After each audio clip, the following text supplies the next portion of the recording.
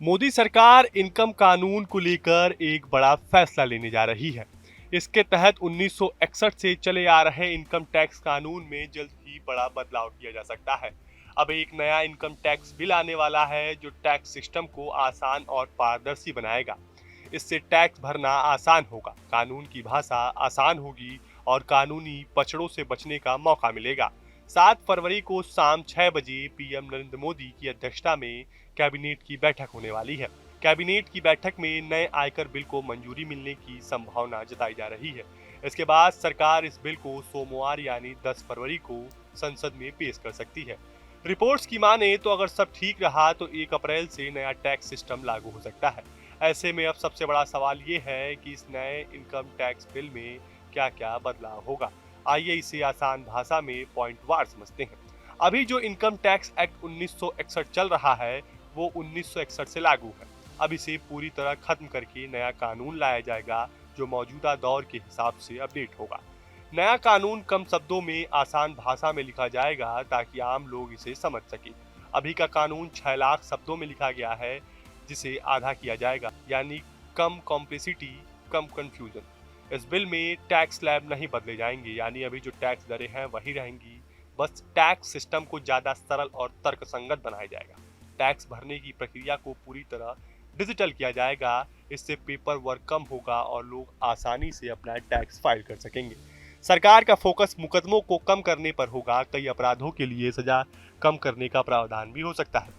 सरकार टैक्स नियमों को ज्यादा क्लियर और ट्रांसपेरेंट बनाएगी ताकि कोई दिक्कत ना हो। इससे टैक्स पेयर को कम परेशानी होगी और टैक्स बचाने के लिए गलत रास्ते अपनाने की जरूरत नहीं पड़ेगी। सरकार असेसमेंट ईयर और फाइनेंशियल ईयर को मर्ज करने का विचार कर रही है। इससे टैक्स फाइलिंग के नियम ज्यादा आसान और स्ट्रीमलाइन होंगे।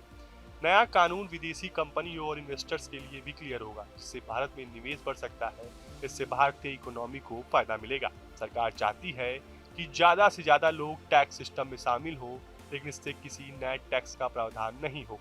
सरकार चाहती है कि 1 अप्रैल से नया टैक्स कानून लागू हो जाए। इससे पहले स्टैंडिंग कमेटी के पास भेजा जा सकता है ताकि इसके प्रावधानों पर चर्चा हो सके। आम लोगों को इस नए इनकम टैक्स बिल से क्या फायदा होगा ये भी जान लेते हैं।